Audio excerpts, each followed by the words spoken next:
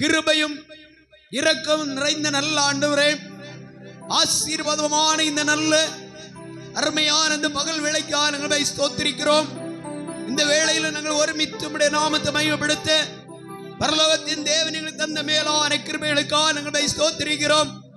ஆராதனை ஆரம்பம் முதல் இந்த நேரம் வரையிலும் தேவனுடைய பரிசுத்த ஆவியானவர் எங்களுடைய மத்தியில் எழுந்தருளை தமது மகிமையான கிரியையை செயல்படுத்தி கொண்டிருக்கிறபடியாக ஸ்தோத்திரிக்கிறோம்.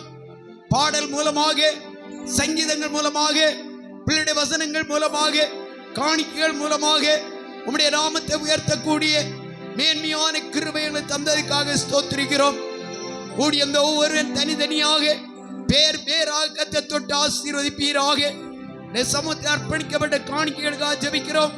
அவருடைய தொழில், அவருடைய கைமரியாசங்கள், வியாபாரங்கள், அருமையான அவருடைய குடும்ப வாழ்க்கை, ஆன்மீக வாழ்க்கை, பிள்ளையுடைய படிப்பு, உத்தியோகம், பிள்ளையுடைய யாத்திரைகள் எல்லாவற்றையும் தேவனுடைய ஆசீர்வாதம் தங்கும்படியாய் இந்த நல்ல அருமையான பகல் வேளையிலே பிள்ளைகள் ஒவ்வொருவருக்கும் விசேஷமாக ஜெபிக்கிறோம்.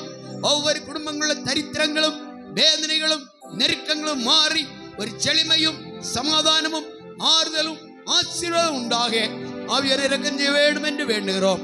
தொடர்ந்துள்ள பகுதியை கர்த்தரே பொறுப்படும்.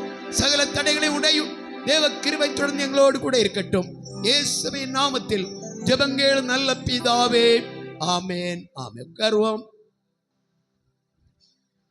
கர்த்தருடைய பரிசுத்தமுள்ள நல்ல நாமத்துக்கு மகிமை உண்டாவதாக. இந்த நாள் நம்முடைய வாழ்க்கையிலே ஒரு பெரிய ஒரு விசேஷமான நேரமாக ஆண்டவன் தந்திருக்கிறார். இன்றைய தினம் அருமையான என்னுடைய மகள், இளைய மகளுடைய குழந்தைக்கு இந்த பிறந்த நாள் கடந்த நாளிலே வந்தது. அந்த இதை ஞாபகப்படுத்தி இன்றைய சபையாருக்கு ஸ்வீட்டு கொடுக்க அந்த பிள்ளை ஆயத்தத்தோடு இருக்கிறாள். இந்த பிள்ளைக்காக எல்லாரும் உங்களுடைய வலது கரத்தை பிள்ளைக்கு நேராக நீட்டி எல்லாரும் பிள்ளை ஆசீர்வதித்து ஜெபிக்கணும். ஜெபித்து முடித்த பாடு உங்களுக்கு ஸ்வீட்டு வைக்கப்பட்டிருக்கிறது.